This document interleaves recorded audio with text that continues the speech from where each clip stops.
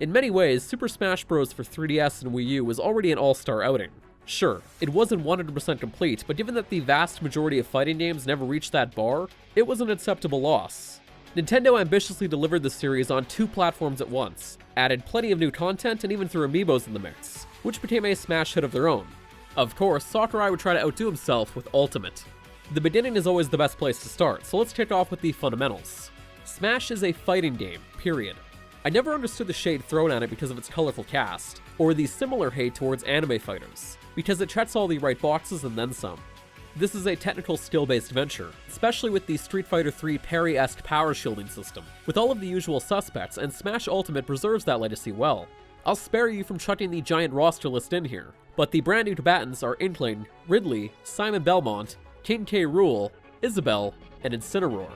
Piranha Plant is also confirmed, but coming later, on top of several other DLC characters. Smash Ultimate also fully embraces the idea of similar fighters, typically referred to as clones, known as Echoes. New Echo fighters include Daisy, Richter, Chrom, Ken, and Darth Samus. When you compare that to Smash 4's whopping 21 new characters, some of which were absolute mind-blowers, it doesn't seem like much. But the sum of Ultimate's parts are greater than any Smash before it. It's an important thing to remember as I move on to the many hits and few misses of Ultimate. Echoes are a fantastic compromise. As a Ken fan, I'm glad he's incorporated. And sometimes, especially in a party setting, the power to just pick a character you're cool with and chill out is more important than iframes. That's pretty much what Ultimate, like Smash 4 before it, is all about. It's an even bigger feast for fans with the refinements that pros have begged for since Melee became a professional sport.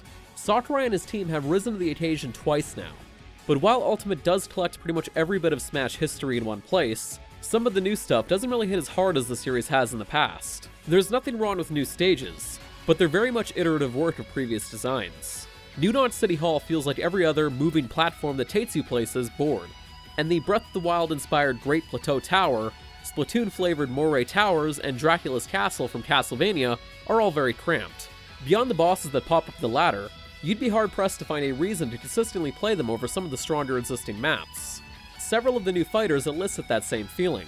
Ridley is a powerhouse and more threatening looking than other villains. It's almost goofy how dark he is. But his kit could have used more refinement to really draw on his animalistic win-at-any-cost nature. Isabelle, as adorable as she is a lot like an Echo version of a villager, right down to the same final Smash. It just features a town hall instead of a home. Ultimate moves into a more compelling territory with the Inkling.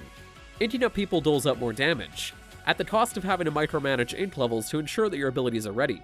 I'm not necessarily going to play it consistently, but the Inklings are faithfully adapted and I love seeing them, especially with the variety of skin options. Simon and Richter, on the other hand, are a home run. The axe, the cross, the holy water items, they're all here, and work wonderfully within the confines of Smash to a point where you really wonder why they didn't make it in sooner. As for King K. Rool, all I could say is, yeah, he's hilarious, bumps people to the stomach, flies in with a makeshift propeller and needs to recover his crown when thrown, elevating himself over the distinction of joke character.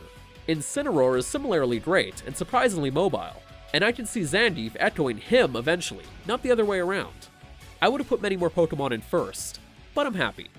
Now here's the initial annoying thing about Ultimate. You have to unlock basically all the characters. Most of them will come easy. You can get them all by playing a ton of versus matches or individually through the World of Light campaigns or Classic mode, but it's irksome all the same. Here's my side tip. Play a few World of Light levels at a time, back out to the main menu, and you'll consistently encounter roster unlocking challenger fights. As someone who savors unlocks, I didn't mind it, but I thought I'd throw this passage in just in case. 103 stages is just an unbelievable milestone, all of which sport an Omega, aka competitive mode, that mirror Final Destination's restraint. I think it's important to really hone in on the Omega inclusion, because Sakurai wanted to satisfy pretty much every type of player here. Whether you're a fan of items or not, or pretty much any other stat-based minutia, there's a toggle for it. This includes concessions for tournament play and all sorts of wacky modes, where you can only play characters once. Oh, and local play, wireless multi-switch sessions, online, and support for Joy-Con, Pro, and GameCube remotes. They literally thought of everything, though I'm sure some people find a way to send Sakurai some hate mail. As for the core modes, I'll focus on World of Light. This is your main story campaign, a complete upgrade from the underwhelming Subspace Emissary, with its own cutscenes and predictable but cool-looking narrative.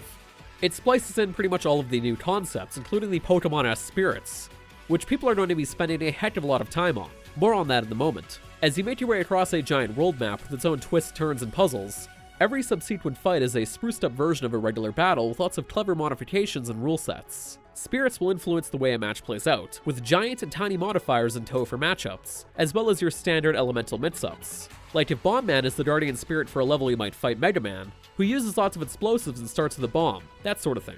It's fun to see what the team comes up with and how they keep going for hundreds of little skirmishes. The same goes for the world map, with tons of fan-servicey secret locations and homages that I won't spoil here.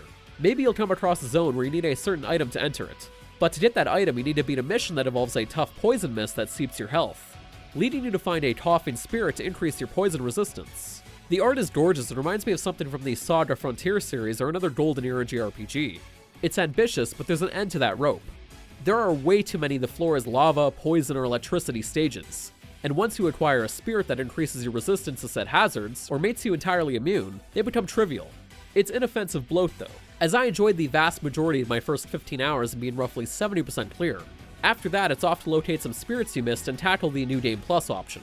In moderation and within this light vacuum, spirits are interesting. Playing through World of Light with different powers and perks made sense, as they shake up the way you approach the campaign and how your enemies respond in turn with their own spirit powers. Spirits are wild. They do anything from common chumps like Gravity Man to obscure folks like Kyle Hyde from Hotel Dusk and Last Window. Basically, if anything ever happened in Nintendo-adjacent capacity before, it's game. Some of them can evolve, it's a whole thing. Where Nintendo starts to go overboard is experimenting with timed events, similar to that of Hitman's targets with a separate Spirit Board challenge mode, which they literally call Target List. The idea is that you endlessly and mindlessly equip, re-equip, retool, and min-max out a party consisting of Smash fighters and spirits. Some of you will love it, others will write engaging fanfiction about it. It's just not for me. Most of the battles feel the same, and an extra 5% basic attack damage sticker isn't going to get me excited. Given that you already have enough in the World of Light, which feels like a real RPG with progression and boss fights, I'm good.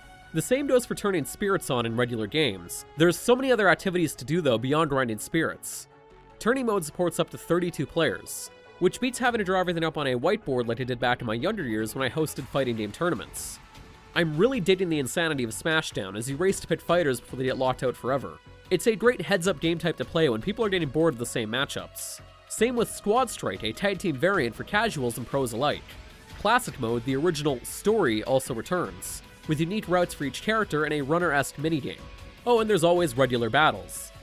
For the first time in a long time, I'm overwhelmed. There's so much to do either by yourself or with a group, not accounting for the fact that I needed to bring every single character into the lab, the training mode, and try out each stage, which I did for this review. I didn't even mention the music player that pops 800 tracks off like a boombox. The store is its own achievement with famous collaborators in tow and beautiful remixes aplenty. Heck, I spent an hour making Mii fighters. I've used phrases that evoke the monumental achievement that is Super Smash Bros. Ultimate a few times in this review, and I can assure you it's not hyperbole. Despite that a lot of the old content isn't as hard-hitting seen it the second, third, fourth, or even fifth time around, the fact that it's all here, and in a manageable file size, is more than enough. With Super Smash Bros. Ultimate, I think Sakurai can finally rest easy.